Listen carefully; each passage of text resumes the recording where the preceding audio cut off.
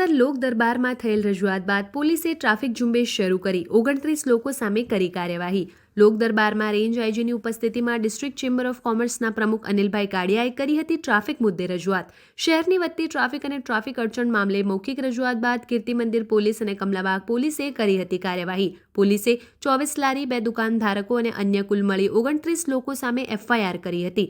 પોલીસે ટ્રાફિકને નડતર લારી, પાથરણા અને દુકાન બહાર મૂકેલા ટેબલો સામે આકરું પગલું લેતા ચેમ્બર ઓફ કોમર્શિયલના પ્રમુખ જિગ્નેશ કારિયા પોલીસને રજૂઆત કરવા દોડી ગયા હતા. કીર્તિ મંદિર પોલીસ સ્ટેશનના ઇન્સ્પેક્ટર ચૌધરીએ ટ્રાફિક નિયમન અને ટ્રાફિક અડચણ, લારી, ગલ્લા અને પાથરણાવાળાને રોકડું પરખાવ્યું અને બદલી નાગાલેન્ડ થાય તો પણ ટ્રાફિક નિયમ પાલન થશે. આજે સિટી ડીવાય એસપી ઋતુ તાબાએ મીડિયા સામે ખુલાસા કર્યા કે નિયમ મુજબ કાર્યવાહી થાય છે. વ્યાપારીઓને કોઈ હેરાન કરવાનો ઇરાદો નથી. બાતમીદારોના પણ ખાનગી બાતમી આપી કે વ્યાપારીઓ પોતાની દુકાન બહાર લારીઓ રાખવા દેવાનું મોટું ભાડું વસૂલ કરે છે. પોલીસે 10 દિવસમાં વૈકલ્પિક વ્યવસ્થા કરી લેવા કરી ગલ્લા અને પાથરણાવાળાને અલ્ટિમેટમ આપ્યું. નાગરિકોએ પણ સહકાર આપવા કરી અપીલ. આટલા લગીને બારોબાર કાઢીએ, તમે સ્કૂટર લઈને ના નીકળી શકો. એટલે અમારી એક સાહેબ વિનંતી છે કે જયારે કૂચ કરો ને ત્યારે સ્ટ્રિક્ટલી સૂચના આપી દો ને કે બીજી વાર તમારું દાખલા તરીકે બહાર પડ્યું હશે તો અમે તમને ડિટેન કરી લેશું. ડિટેન કરશું પ્લસ તમારી માથે દંડ થાય. એટલે જોજો, તમે એકવાર ખાલી નીકળો, હું તમારા સાથે આવીશ. કેટલી દુકાનની બાઈને એટલા સળિયા, દુકાનની બારોબર એટલા ઓટલા, ક્યાંય જગ્યા જ નથી રહેવા દીધી. એટલે જરાક એકવાર આપણે કૂચ કરવા નીકળીએ. પ્રશ્ન જેન્યુન છે. અંદરનો જે મેઇન આપણી કેબિનની આખી લાઈન વાળા બધાને એક એક ઉપાડ. હા, યસ યસ. હનુમાનજીના મંદિર સાંભળો, બાલાજીની સામે ને બાલાજીમાં જિગ્નેશભાઈ બેઠા છે ને કહું છું, રેકોર્ડિંગ રાખજો ચાલુ. આજે અત્યારે આવવાનું છું, ફરીથી લઈ જવાનું છું. બાલાજીની સામે ભગવાન હનુમાનજી દાદાની સામે મદ્રેસાની દિવાલ ઉપર જે લારીઓ ઉભી રાખી છે ને, તમે 400 રૂપિયા મ્યુનિસિપાલિટીને આપો છો એટલે શું એ જગ્યા હક કરી લીધો. આજે ફરીથી આવીશું. તમે દુકાનો ધરાવો છો 50 લાખ 1 કરોડની. કોને કોલર ચાલીને મોંથી બહાર કાઢ્યા? કોને કાઢ્યા? બોલો યાર. દુકાનો વાળાને તકલીફ પડી ભાઈ. તમે કરોડ રૂપિયાની, 1.5 કરોડની, 2 કરોડની પ્રોપર્ટી છે, 50 લાખની દુકાન છે, કરોડ રૂપિયાની દુકાન છે. કયા વેપારીને કાટલો પકડીને બહાર કાઢ્યા? લારીઓ ને લારી પોરબંદરમાં નહીં રહેવા દઉં, નહીં રહેવા દઉં, નહીં રહેવા દઉં. મારી બદલી નાગાલેન્ડ થાય કે મણિપુર થાય, કરાવી નાખો. જાઓ. આ જિગ્નેશભાઈ બેઠાથી કહું છું. અને મહેસાણા બાજુ ના કરતા, અમદાવાદ બાજુ ના કરતા મારું ઘર છે. નાગાલેન્ડ કરજો અને મણિપુર કરજો તો બરાબર સ્થિતિ નથી સારી. હા, મને ત્યાં રાખજો. બાકી તમારી લારી, તમારી દુકાન ભગવાન બાલાજીની સામે છે ને, આજે હમણાં મારું કામ પૂરું કરી 12 વાગે ધોકો લઈને આવું જ છું. 28 ને 28 બોલો. લારી ફ્રૂટની, ચપ્પલની કે ગમે તે હશે, રોડ ઉપર ઉભો રહેતો હશે, ટ્રાફિકને તકલીફ પડતી હશે, એના લીધે કેબિન જશે. જે કાર્યવાહી કરી છે કીર્તિ મંદિર પોલીસ સ્ટેશન વિસ્તારમાં, શું આખો પ્રશ્ન હતો, કોના દ્વારા ફરિયાદ હતી અને કઈ રીતના આગળ પણ કાર્યવાહી થશે? ગઈ આઈજી સાહેબના લોક દરબારમાં જે આગેવાનો બોલાવવામાં આવ્યા હતા, પોલીસની કાર્યવાહીમાં માનનીય આઈજી શ્રી સાહેબ તરફથી તમામ કામગીરી વખાણવામાં આવી હતી. લોક દરબારમાં પણ લોકો તરફથી તમામ કામગીરી વખાણવામાં આવી હતી. પોલીસ પરત્વેની રજૂઆત હોય બાબતે 2 રજૂઆત હતી અને બંને રજૂઆત ટ્રાફિક સંબંધિત જ હતી. એમાંની એક રજૂઆત હતી એ પૂર્વ ડિસ્ટ્રિક્ટ ચેમ્બર ઓફ કોમર્સના પ્રમુખ અનિલભાઈ કારિયા તરફથી હતી અને એમની રજૂઆત એવી હતી કે શહેરની જે જૂની માર્કેટ છે, જૂની બજાર છે અને મુખ્ય રસ્તાઓ છે, ત્યાં લારી, ગલ્લાઓ એ ખૂબ અડચણરૂપ રીતે હોય છે અને જો એમને હટાવવામાં આવે, એમને એવી રજૂઆત કરી હતી ત્યાંથી ચાલવું પણ મુશ્કેલ છે અને એમની ઉપર કાર્યવાહી કરવામાં આવે એવી એમને રજૂઆત કરી હતી. આથી લોક દરબાર બાદ સિનિયર અધિકારીઓનું, માનનીય એસપી શ્રીનો અમને આ બાબતે કાર્યવાહી કરવા સૂચન આપવામાં આવેલી હતી. એસપી શ્રીના સ્પેશિયલ ડ્રાઈવ માટે અમને કહેલું હતું. આ બાબતે અમે સિટી ડિવિઝન તરફથી સિટીના બંને પોલીસ સ્ટેશન, કમલાબાગ અને કીર્તિ મંદિર, બંનેને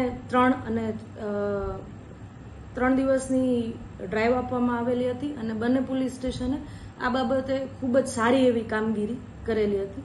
કીર્તિ મંદિર પોલીસ સ્ટેશનમાં મુખ્ય બજાર આવે છે, જે શહેરની જૂની બજાર છે, ખૂબ જ સાંકડી બજાર છે. હવે એ સાંકડી બજારમાં જે દુકાનો છે એ ઉપરાંતના જે લારી ગલ્લાઓ છે, જે મુખ્ય રસ્તાઓ ઉપર છે, જાહેર રસ્તાને ચોખ્ખા અડચણરૂપ છે, એમની ઉપર કાર્યવાહી કરવામાં આવેલી હતી. આ ઉપરાંત જે વેપારીઓને પોતાની દુકાન છે એ પોતાનો માલ વેચવા માટે એમણે દુકાનની ઉપરાંત એક લારી રાખવામાં આવેલી, એમના ઉપર પણ કાર્યવાહી કરવામાં આવેલ છે. ઉપરાંત દુકાનની ઉપર બોર્ડ હોય છે, એ બોર્ડ ઉપરાંતનું એક બોર્ડ એ લોકો રોડ ઉપર, રોડની વચ્ચોવચ્ચ આવે એ રીતે રાખે છે. એવા કોઈ બોર્ડ રાખ્યા હોય તો એમની ઉપર પણ કાર્યવાહી કરવામાં આવેલી છે. કલમ 285 અંતર્ગતની કાર્યવાહી કરવામાં આવેલી છે. અને આમાં એવી કોઈ બાબત નથી કે અમે વેપારીશ્રીઓને હેરાન કર્યા હોય, કોઈને પરેશાન કર્યા હોય. જેવી એમની કાર્યવાહી કરવામાં આવી, તુરંત જ એમને નોટિસ આપવામાં આવી અને અમારી વહીવટી કાર્યવાહી બને એટલી ઝડપથી પૂરી કરી અને તમામ લારી ગલ્લાવાળાઓને અને વેપારીઓને હેરાન કર્યા વગર એમની કાર્યવાહી માટે એમને છૂટા કરવામાં આવ્યા છે. આ તમામ કાર્યવાહી પોલીસે જાહેર હિતમાં કરી છે, ટ્રાફિકના પ્રશ્નોને સંબંધિત કરી છે, ભવિષ્યમાં ટ્રાફિક છે વધુ સ્મૂથ થઈ શકે એના માટે કરી છે.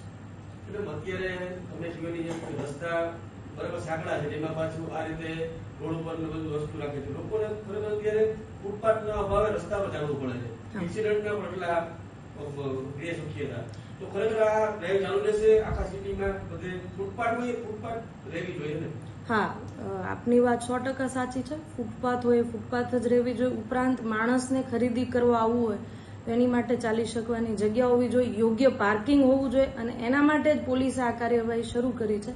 વધુમાં અમે તમામ વેપારી મંડળને એમના જે વોટ્સએપ ગ્રુપ હોય એમાં મેસેજ મૂકવાનું કહ્યું છે કે જો આપના ધ્યાનમાં એવા કોઈ વેપારી હોય કે જેમની પોતાની દુકાન હોય, આ ઉપરાંત એ લોકોએ બહાર લારી રાખેલી હોય, અને અમે તો અમારા અંગત બાતમીદાર હોય તો અમને એવી પણ માહિતી આપેલી છે કે ઘણા વેપારીઓએ બહારની જે લારીઓ છે એ 10,000, 20,000 અને 30,000ના ભાડે આપેલી છે. તો એવી કોઈ પણ કાર્યવાહી હોય તો અમે તમામ વેપારીઓને 10 દિવસનો સમયગાળો આપ્યો છે કે આપ આપની રીતે એ જે લારીઓમાં જે માલ સામાન પડેલો છે એમનું વેચાણ કરી નાખો અથવા તો આપની દુકાનમાં અંદર શિફ્ટ કરી લો, અને 10 દિવસની મોહલત અથવા તો સમય આપ્યા બાદ અમે એમ કહ્યું છે કે 11મા દિવસે અમારી જે કોઈ પણ કાયદાકીય કાર્યવાહી છે એ અમે ફરી શરૂ કરીશું.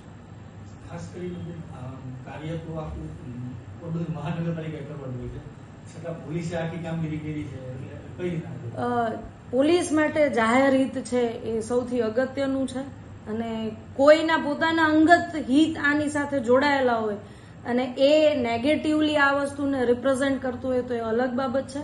પણ પોલીસે તમામ કાર્યવાહી ટ્રાફિકની સમસ્યાઓને ધ્યાનમાં રાખી અને એ જે શહેરનું જે હેરિટેજ બજાર છે એ હેરિટેજ બજારમાં માણસો ખુલ્લી રીતે જઈ શકે, પોતાનું વાહન પાર્ક કરી શકે, પાર્ક કરીને ખરીદી કરી શકે અને પાછા સલામતીથી આવી શકે, એના માટે આ સંપૂર્ણ કાર્યવાહી અમે કરી છે.